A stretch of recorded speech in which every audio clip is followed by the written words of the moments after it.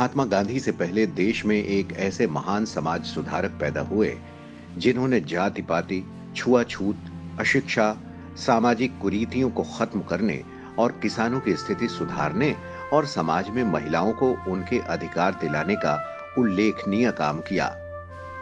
19वीं शताब्दी में भारतीय समाज अंधविश्वासी परंपराओं और नवीन विचारों के द्वंद्व में उलझा हुआ था। ऐसी ही विषमता भरे परिवेश में महाराष्ट्र की धरती पर गोविंद राव के घर एक बालक का जन्म हुआ। बालक का नाम रखा गया ज्योतिराव। उनका पूरा नाम ज्योतिराव गोविंदराव फूले था। वैसे उनका असल नाम ज्योतिराव गोविंदराव फूले था, लेकिन ज्योतिबा फूले के नाम से वे मशहूर हुए। जाति प्रथा, पुरोहितवाद, स्त्री पुरुष असमानता और अंधविश्वास के साथ समाज में व्याप्त आर्थिक, सामाजिक और सांस्कृतिक भ्रष्टाचार के विरुद्ध सामाजिक परिवर्तन की जरूरत भारत में शताब्दियों से रही है। इस लक्ष्य को लेकर आधुनिक युग में सार्थक, सशक्त और काफी हद तक सफल आंदोलन चलाने का श्रेय ज्योतिबा फूले को ही जाता है। महात्मा फूले भारत में सामाजिक परिवर्तन की लड़ाई के अगुवा हैं। अपने विचारों और कार्यों की बदौलत उन्होंने पिछड़े वंचित समाज को वर्ण व्यवस्था के भेदभावकारी और शोषणकारी चंगुल से आजादी के लिए निर्णायक संघर्ष का नेतृत्व किया। इसके साथ ही उन्होंने देश की पहली महिला शिक्षिका और अपनी पत्नी सावित्री बाई फूले के साथ मिलकर महिलाओं की मुक्ति के लिए भी प्रयास किया। देश में समाज सुधार आंदोलन पर उनके प्रभावों को इस बात से समझा जा सकता है कि संविधान निर्माता डॉक्टर भीमराव अंबेडकर महात्मा फूले को अपना प्रेरणा स्रोत मानते थे।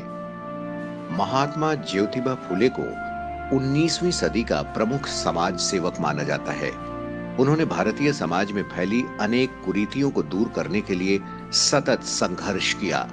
भारतीय सामाजिक क्रांति के जनक कहे जाने वाले महात्मा ज्योतिबा फूले का जन्म 11 अप्रैल 1827 को महाराष्ट्र के पुणे में माली परिवार में हुआ था। वे एक महान विचारक, कार्यकर्ता, समाज सुधारक, लेखक, दार्शनिक, संपादक और क्रांतिकारी थे। उन्होंने जीवन भर पिछड़ी जाति, महिलाओं और दलितों के उद्धार के लिए काम किया। इस काम में उनकी धर्मपत्नी सावित्रीबाई फूले ने भी पूरा योगदान दिया। उन्होंने स्त्री शिक्षा और स्त्रियों के उत्थान के लिए भी काफी काम किए। महात्मा फूले का बचपन कठिनाइयों में बीता। महज 9 माह के थे जब उनकी मां का देहांत हो गया। उनका लालन पालन सगुणाबाई नामक एक दाई ने किया। सगुणाबाई ने ही उन्हें मां की ममता और दुलार दिया। 7 साल की आयु में ज्योतिबा फूले को गांव के स्कूल में पढ़ने के लिए भेजा गया। आर्थिक तंगी के कारण खेतों में पिता का हाथ बटाने के लिए उन्हें छोटी उम्र में ही अपनी पढ़ाई छोड़नी पड़ी। स्कूल छोड़ने के बाद भी उनमें पढ़ने की ललक बनी रही। सगुणाबाई ने बालक ज्योतिबा को घर में ही पढ़ने में मदद की। घरेलू काम के बाद जो समय बचता उसमें वो किताबें पढ़ते थे। ज्योतिबा फूले पास पड़ोस के बुजुर्गों से विभिन्न विषयों में चर्चा करते। लोग उनकी तर्क संगत बातों से बहुत प्रभावित होते थे। पड़ोसियों ने उनकी प्रतिभा को पहचाना और उनके कहने पर उनके पिता ने उन्हें स्कॉटिश मिशंस हाई स्कूल में दाखिला करा दिया। सन 1840 में ज्योतिबा फूले का विवाह सावित्रीबाई से हुआ था। ज्योतिबा फूले के काम में उनकी पत्नी ने बराबर का योगदान दिया। हालांकि वो पढ़ी लिखी नहीं थी और शादी के बाद ज्योतिबा ने ही उन्हें पढ़ना लिखना सिखाया। उन्होंने कभी पीछे मुड़कर नहीं देखा। महात्मा गांधी और कस्तूरबा के दाम्पत्य की तरह ज्योतिबा और सावित्री का दाम्पत्य भी बहुत ही मोहक और अनुकरणीय है। उसमें कहीं भी प्रतिक्रियावाद और अंध नकारवाद की जगह नहीं है। ज्योतिबा फूले से महात्मा ज्योतिबा फूले बनने की उनकी यात्रा काफी रोचक और कुछ महात्मा गांधी के संघर्ष और अनुभव से मिलती जुलती है। जिस प्रकार महात्मा गांधी अफ्रीका में रंगभेद के शिकार हुए और बाद में उन्होंने इसे जड़ से उखाड़ फेंकने का प्रण लिया और बाद में उस प्रण को पूरा भी किया, ठीक उसी प्रकार महात्मा फूले जाति आधारित भेदभाव का दंश झेलने के बाद उसके समापन के लिए लड़ते रहे। 1848 में वो अपने एक मित्र के विवाह में शामिल होने के लिए गए थे। विवाह समारोह के दौरान दूल्हे के रिश्तेदारों ने पिछड़ी जाति का होने के कारण उनका काफी अपमान किया। इसके बाद ज्योतिराव ने जाति प्रथा को जड़ से समाप्त करने का संकल्प लिया। उन्होंने तय किया कि इसकी शुरुआत महिलाओं के सशक्तिकरण के साथ करेंगे, क्योंकि उनकी स्थिति और भी खराब थी। उनका मानना था कि जब तक समाज में स्त्रियों, नीची जाति के लोगों का विकास नहीं होगा, तब तक जाति प्रथा जैसी कुरीतियों का समाधान संभव नहीं है। उनका मानना था कि जब तक समाज में स्त्रियों और पिछड़ी जाति वालों का उत्थान नहीं होगा, तब तक समाज का चहुमुखी विकास संभव नहीं है। थॉमस पेन की किताब राइट्स ऑफ मैन ने उन्हें बहुत प्रभावित किया। थॉमस पेन की पुस्तक से प्रभावित होकर फुले सामाजिक न्याय की गहरी समझ विकसित करते हैं और भारतीय जाति व्यवस्था के कटु आलोचक बन जाते हैं। उन्होंने तर्क दिया कि महिलाओं और पिछड़ी जातियों की सामाजिक असमानताओं को संबोधित करने में शिक्षा एक महत्वपूर्ण कारक है। ज्योतिबा फुले को एहसास हो गया था कि ईश्वर के सामने स्त्री पुरुष दोनों का अस्तित्व बराबर है, फिर दोनों में भेदभाव करने का कोई मतलब नहीं है। उस समय लड़कियों और महिलाओं की दशा अत्यंत शोचनीय थी और उन्हें पढ़ने लिखने की भी अनुमति नहीं थी। अपनी कल्पनाओं और आकांक्षाओं के एक न्याय संगत और एक समाज बनाने के लिए 1848 में ज्योतिबा फुले ने लड़कियों के लिए स्कूल खोला। ये देश का पहला लड़कियों के लिए विद्यालय था। लड़कियों को पढ़ाने के लिए अध्यापिका नहीं मिली, तो उन्होंने कुछ दिन खुद ये काम कर अपनी पत्नी सावित्री को इस योग्य बना दिया। उनकी पत्नी सावित्रीबाई वहां अध्यापन का काम करती, लेकिन लड़कियों को शिक्षित करने के प्रयास में एक उच्च अशोचनीय घटना हुई। उस समय ज्योतिबा को अपना घर छोड़ने के लिए मजबूर किया गया। हालांकि इस तरह के दबाव और धमकियों के बावजूद वो अपने लक्ष्य से नहीं भटके और सामाजिक बुराइयों के खिलाफ लड़ते रहे और इसके खिलाफ लोगों में चेतना भी फैलाते रहे। 1851 में इन्होंने बड़ा और बेहतर स्कूल शुरू किया, जो बहुत प्रसिद्ध हुआ। वहां जाति, धर्म और पंथ के आधार पर कोई भेदभाव नहीं था और उसके दरवाजे सभी के लिए खुले थे। लोगों ने प्रारंभ से ही उनके काम में बाधा डालने की कोशिश की, लेकिन महात्मा फुले आगे बढ़ते ही गए। सावित्रीबाई फुले स्वयं इस स्कूल में लड़कियों को पढ़ाने के लिए जाती थीं, लेकिन यह सब इतना आसान नहीं था। उन्हें लोगों के कड़े विरोध का सामना करना पड़ा, लेकिन उन्होंने कभी हार नहीं मानी। इसके बाद ज्योतिबा फुले ने लड़कियों के लिए 2 और स्कूल खोले और एक स्कूल पिछड़ी जाति के बच्चों के लिए खोला। ज्योतिबा फुले का मानना था कि समाज में बदलाव लाने की काम की शुरुआत घर से ही होनी चाहिए। उस समय ऐसा करने की हिम्मत करने वाले वे देश के पहले समाज सुधारक थे। आजीवन वे आस्तिक बने रहे, लेकिन मूर्ति पूजा का विरोध किया। 24 सितंबर 1873 को दलितों और निर्बल वर्ग को न्याय दिलाने के लिए ज्योतिबा फुले ने सत्य शोधक समाज स्थापित किया। वे खुद इसके अध्यक्ष थे और सावित्रीबाई फुले महिला विभाग की प्रमुख। इस संस्था का मुख्य उद्देश्य पिछड़ी जातियों को शोषण से मुक्त कराना था। उन्होंने मूर्ति पूजा का भी विरोध किया और चतुर्वर्णीय जाति व्यवस्था को ठुकरा दिया। इस संस्था ने समाज में तर्क संगत विचारों को फैलाया और शैक्षणिक और धार्मिक नेताओं के रूप में उच्च वर्ग को स्वीकार करने से इनकार कर दिया। सत्य शोधक समाज पूरी तरह से गैर राजनीतिक संगठन था। राजनीतिक सवालों पर बोलना उसमें सख्त मना था। ये महात्मा फुले का जनता पर प्रभाव और अनूठी कार्यशैली थी कि सत्य शोधक समाज को पांव जमाने में देर न लगी। स्थापना के कुछ ही महीनों में मुंबई और पुणे के शहरी और ग्रामीण क्षेत्रों में उसकी शाखाएं स्थापित होने लगीं। कोल्हापुर के शासक शाहू महाराज ने इस संस्था को भरपूर वित्तीय और नैतिक समर्थन दिया। सत्य शोधक समाज की मान्यताएं थी, भक्त और भगवान के बीच किसी बिचौलिए की कोई जरूरत नहीं।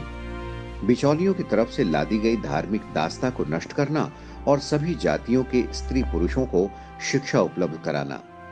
सत्य शोधक समाज के प्रमुख उद्देश्य थे पुरोहित, सूदखोर आदि की सामाजिक सांस्कृतिक दास्ता से मुक्ति दिलाना, धार्मिक सांस्कृतिक कार्यों में पुरोहितों की अनिवार्यता को खत्म करना पिछड़ों को शिक्षा के लिए प्रोत्साहित करना, सामूहिक हितों की प्राप्ति के लिए उनमें एकजुटता का भाव पैदा करना, धार्मिक और जाति आधारित उत्पीड़न से मुक्ति दिलाना, पढ़े लिखे पिछड़े वर्गों के युवाओं के लिए प्रशासनिक क्षेत्र में रोजगार के अवसर उपलब्ध कराना। कुल मिलाकर यह सामाजिक परिवर्तन के घोषणा पत्र को लागू करने का कार्यक्रम था। पिछड़ी जातियों को ज्योतिबा फुले पर भरोसा था। इसकी सबसे बड़ी वजह शिक्षा के क्षेत्र में किए गए उनके काम थे। इसीलिए सत्य शोधक समाज को उन्होंने हाथों हाथ लिया। कुछ ही सालों में उसकी शाखाएं मुंबई और पुणे के शहरी, कस्बाई और ग्रामीण क्षेत्रों में खुलने लगी। एक दशक के भीतर वो संपूर्ण महाराष्ट्र में पैठ जमा चुका था। समाज की सदस्यता सभी के लिए खुली थी। अति पिछड़ी जातियां तेजी से उससे जुड़ने लगी। लोगों ने शादी ब्याह, नामकरण ऐसे अनेक अवसरों पर पुरोहितों को बुलाना छोड़ दिया। इसी साल उनकी पुस्तक गुलामगिरी का भी प्रकाशन हुआ। 1873 में प्रकाशित ये पुस्तक आज भी समाज में हो रहे भेदभाव पर खरी उतरती है। दोनों ही घटनाओं ने पश्चिमी और दक्षिण भारत के भावी इतिहास और चिंतन को बहुत प्रभावित किया। महात्मा फुले की किताब गुलामगिरी बहुत कम पृष्ठों की एक किताब है, लेकिन इसमें बताए गए विचारों के आधार पर पश्चिमी और दक्षिणी भारत में बहुत सारे आंदोलन चले। उत्तर प्रदेश में चल रही दलित अस्मिता की लड़ाई के बहुत सारे सूत्र गुलामगिरी में ढूंढे जा सकते हैं। आधुनिक भारत महात्मा फुले जैसी क्रांतिकारी विचारक का आभारी है। अमेरिकी राष्ट्रपति के भारत दौरे के दौरान पूर्व उप मुख्यमंत्री छगन भुजबल ने मुंबई में बराक ओबामा को यह पुस्तक भेंट स्वरूप दी और उन्हें इसका सार बताया। इससे ओबामा भी प्रभावित दिखे और भारत से अनमोल भेंट कहकर इस किताब को स्वीकार किया। महात्मा फुले ने समाज के लिए काम करते हुए अनेक पुस्तकें लिखी। ये सभी पुस्तकें उनके कार्य को गति प्रदान करती हैं। ज्योतिबा फुले ने गुलामगिरी के अलावा तृतीय रत्न, छत्रपति शिवाजी, राजा भोसले का पखड़ा, किसान का कोड़ा और अछूतों की कैफियत जैसी कई पुस्तकें लिखी। ज्योतिबा ने किसानों, श्रमिकों और अन्य सर्वहारा वर्ग की दबी आवाज को उभारने के मकसद से जनवरी 1877 में एक साप्ताहिक समाचार पत्र का प्रकाशन संपादन शुरू किया। उस समाचार पत्र का नाम दीन बंधु था। उन्होंने किसानों और श्रमिकों की संतोषजनक स्थिति और उनकी उपयुक्त मांगों के लिए उन्हें एकजुट होकर संघर्ष करने के लिए प्रेरित, शिक्षित और संगठित किया। सत्य शोधक समाज के आंदोलन में इसके मुखपत्र दीन बंधु प्रकाशन ने भी महत्वपूर्ण भूमिका निभाई। ज्योतिबा के प्रयासों से उन दिनों किसानों और श्रमिकों के हितों की रक्षा और सत्य शोधक समाज के प्रचार के लिए अम्बाल हरि, दीन मित्र, किसानों का हिमायती नामक समाचार पत्र प्रकाशित किए गए। 1882 में तत्कालीन अंग्रेजी सरकार ने हंटर कमीशन भेजा। हंटर कमीशन के अध्यक्ष सर विलियम हंटर थे। ये आयोग भारत में शिक्षा व्यवस्था की दशा और दिशा की जानकारी प्राप्त करने के लिए गठित किया गया था। ज्योतिबा फुले ने हंटर कमीशन के समक्ष लिखित रूप में अपना वक्तव्य दिया। उसमें उन्होंने कई अहम विषयों पर विशेष रूप से जोर दिया, जिनमें ग्रामीण क्षेत्रों के लिए स्वतंत्र शिक्षा व्यवस्था, गणित, इतिहास, भूगोल, व्याकरण का प्रारंभिक ज्ञान, कृषि संबंधी हर तरह का ज्ञान और सामान्य ज्ञान, नीति और आरोग्य को शामिल करना था। ज्योतिबा फुले बाल विवाह के खिलाफ थे, साथ ही विधवा विवाह के समर्थक भी थे। वे ऐसी महिलाओं से बहुत सहानुभूति रखते थे जो शोषण का शिकार हुई हों या किसी वजह से परेशान हों। इसीलिए उन्होंने ऐसी महिलाओं के लिए अपने घर के दरवाजे खुले रखे थे जहां उनकी देखभाल हो सके। इसके साथ ही विधवाओं की शोचनीय दशा को देखते हुए उन्होंने विधवा पुनर्विवाह की भी शुरुआत की और 1854 में विधवाओं के लिए आश्रम भी बनाया। पति के गुजर जाने पर विधवा हुई महिलाओं का मुंडन कर दिया जाता था। इस अपमानजनक प्रथा के खिलाफ उन्होंने एक ऐसे आश्रम की स्थापना की जिसमें सभी जातियों की विधवाएं सम्मान के साथ रह सकती थीं। उन नवजात शिशु कन्याओं के लिए भी एक घर बनाया जो अवैध संबंधों से पैदा हुई थी और जिन्हें सड़क या कूड़े पर फेंक दिया जाता था। साथ ही उन्होंने नवजात शिशुओं के लिए भी आश्रम खोला ताकि कन्या शिशु हत्या को रोका जा सके। उनकी समाज सेवा देखकर 1888 में मुंबई की एक विशाल सभा में उन्हें महात्मा की उपाधि दी गई। ज्योतिबा ने पुरोहित के बिना ही विवाह संस्कार आरंभ कराया और इसे मुंबई हाई कोर्ट से भी मान्यता मिली। महात्मा फुले ने पिछड़ों पर लगे अछूत के लांछन को धोने और उन्हें बराबरी का दर्जा दिलाने के लिए भी प्रयास किया। इसी दिशा में उन्होंने दलितों को अपने घर के कुएं का प्रयोग करने की अनुमति दी। पिछड़ी जातियों और महिलाओं में अंधविश्वास के कारण पैदा हुई आर्थिक और सामाजिक विकलांगता को दूर करने के लिए भी उन्होंने आंदोलन चलाया। उनका मानना था कि अगर आजादी, समानता, मानवता, आर्थिक न्याय, शोषण रहित मूल्यों और भाईचारे पर आधारित सामाजिक व्यवस्था का निर्माण करना है, तो असमान और शोषक समाज को उखाड़ फेंकना होगा। उन्होंने विधवाओं और महिला कल्याण के लिए काफी काम किया था। उन्होंने इसके साथ ही किसानों की हालत सुधारने और उनके कल्याण के लिए भी काफी प्रयास किए। ज्योतिबा फुले ये जानते थे कि देश और समाज की वास्तविक तरक्की तब तक नहीं हो सकती जब तक देश का बच्चा बच्चा जाति पाति के बंधनों से मुक्त नहीं हो जाता। साथ ही देश की नारियां समाज के प्रत्येक क्षेत्र में समान अधिकार नहीं पा लेती। उन्होंने तत्कालीन समय में भारतीय नव युवकों का आह्वान किया कि वे देश, समाज, संस्कृति को सामाजिक बुराइयों और अशिक्षा से मुक्त करें और एक स्वस्थ, सुंदर, सुदृढ़ समाज का निर्माण करें। मनुष्य के लिए समाज सेवा से बढ़कर कोई धर्म नहीं है। इससे अच्छी ईश्वर सेवा और कोई नहीं। महाराष्ट्र में सामाजिक सुधार के पिता समझे जाने वाले महात्मा ज्योतिबा फुले ने आजीवन सामाजिक सुधार के लिए काम किया। मानव मानव के बीच का भेद उन्हें असहनीय लगता था। ज्योतिबा फुले की संत महात्माओं की जीवनियां पढ़ने में बड़ी रुचि थी। उन्हें ज्ञान हुआ कि जब भगवान के सामने सब नर नारी समान हैं, तो उनमें ऊंच नीच का भेद क्यों होना चाहिए। ज्योतिबा फुले ने अपने काम से अनेक लोगों को प्रभावित किया। ये प्रभाव उनकी मृत्यु पर्यंत भी बना रहा।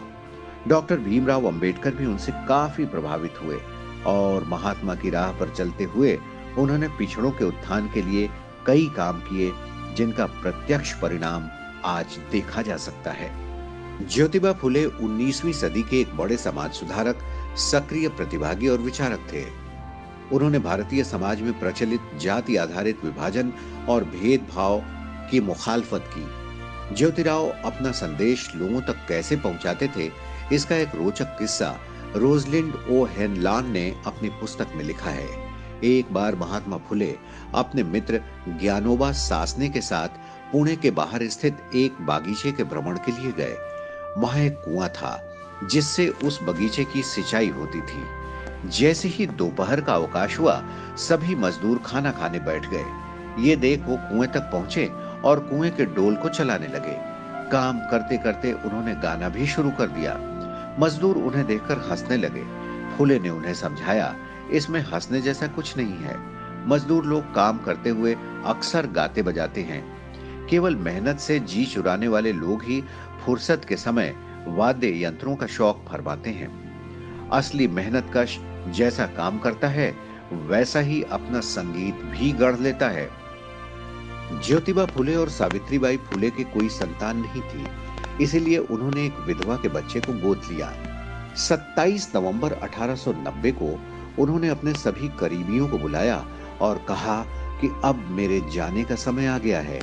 मैंने जीवन में जिन जिन कामों को हाथ में लिया है, उसे पूरा किया।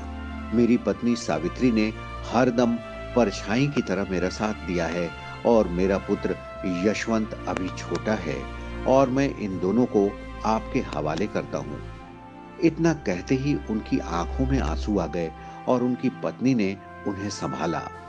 28 नवंबर 1890 को ज्योतिबा फुले ने नश्वर शरीर त्याग दिया और इस तरह एक महान समाज सेवी इस दुनिया से विदा हो गया। उनके देहांत के बाद सावित्रीबाई फुले ने सत्य शोधक समाज की बागडोर संभाली। महात्मा ज्योतिबा फुले की मृत्यु के बाद उनके अनुयायियों ने सत्य शोधक समाज को दूर दूर तक पहुंचाने का काम किया। ज्योतिबा फुले ही अपने समय के ऐसे समाजशास्त्री और मानवतावादी थे जिन्होंने ऐसे साहसिक विचार पेश किए। महात्मा फुले ऐसी सामाजिक व्यवस्था के आमूल चूल परिवर्तन के पक्षधर थे जिसमें शोषण करने के लिए कुछ लोगों को जानबूझकर दूसरों पर निर्भर, अनपढ़, अज्ञानी और गरीब बना दिया जाता है। उनके मुताबिक व्यापक सामाजिक आर्थिक परिवर्तन के लिए अंधविश्वास उन्मूलन एक हिस्सा है। परामर्श, शिक्षा और रहने के वैकल्पिक तरीकों के साथ-साथ शोषण के आर्थिक ढांचे को समाप्त करना भी बेहद जरूरी है। भारतीय लोकतंत्र में स्त्री, दलित, शोषित, किसान और श्रमिकों की जैसे जैसे उन्नति होगी, वैसे वैसे महात्मा फुले का व्यक्तित्व अधिकाधिक उभरकर सामने आएगा। महाराष्ट्र के एक किसान परिवार में जन्मे महात्मा फुले देश में सामाजिक क्रांति के अग्रदूत रहे। गांधी जी उन्हें सच्चा महात्मा कहते थे और उन्हें अपना प्रेरणा स्रोत मानते थे। बाबा साहब अम्बेडकर उनके सामाजिक दर्शन से प्रभावित ही नहीं थे, बल्कि उन्हें भगवान बुद्ध और कबीर गुरुओं के साथ अपना तीसरा गुरु मानते थे। आज भी लोग ज्योतिबा के कार्यों से प्रभावित हो रहे हैं। सत्य शोधक समाज के माध्यम से फुले ने पिछड़ों को अपने विकास और मान प्रतिष्ठा अर्जित करने का जो रास्ता करीब सालों पहले दिखाया था, सामाजिक न्याय के लिए वो आज भी उतना ही जरूरी और प्रासंगिक है। भले ही इस महान विचारक ज्योतिबा फुले को गए 100 साल से अधिक समय बीत गया हो, मगर उनके विचार आज भी प्रासंगिक हैं और राष्ट्र और जीवन को प्रभावित करते हैं।